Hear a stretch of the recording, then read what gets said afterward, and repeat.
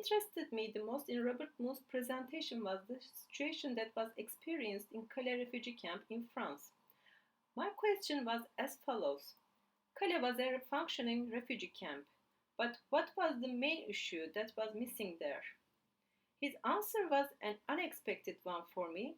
I thought he was going to mention some design wise or functional wise problems, but his answer was a governmental or political one. He drew the attention to those mighty governments and their questionable management of refugee camps. He brought about the problem of humanitarian side of the governments, that is what is missing maybe in all refugee camps that we have to deal with.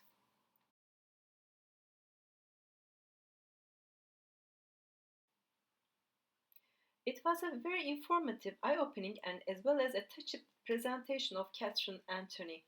Her powerful figure against gender discrimination in the United States deserves admiration.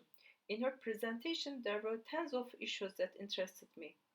Her researches resulted with a new bill that would revise the numbers of toilets in women's restrooms, making them equal or exceed the total number of toilets in men's restrooms in federal buildings.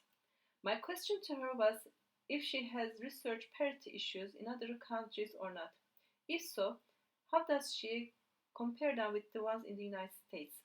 Then I found out that she researched on the issue of potty parity worldwide, and she raises the question of discrimination in public toilets not only in terms of gender issues but also in terms of class, race, physical ability, and sexual orientation.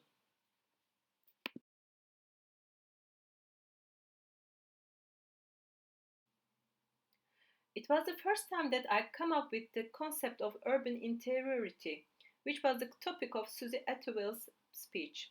She introduces a new way of looking at exteriority and interiority. Her definition of situation analysis versus site analysis was also considerable. The question that came to my mind was about the design education. So I asked her if she considers some kind of a revision in architecture, interior architecture, and landscape architecture education for the sake of blurring the boundaries. She replied as design education requires a multifaceted approach to creativity where the students can learn about various aspects.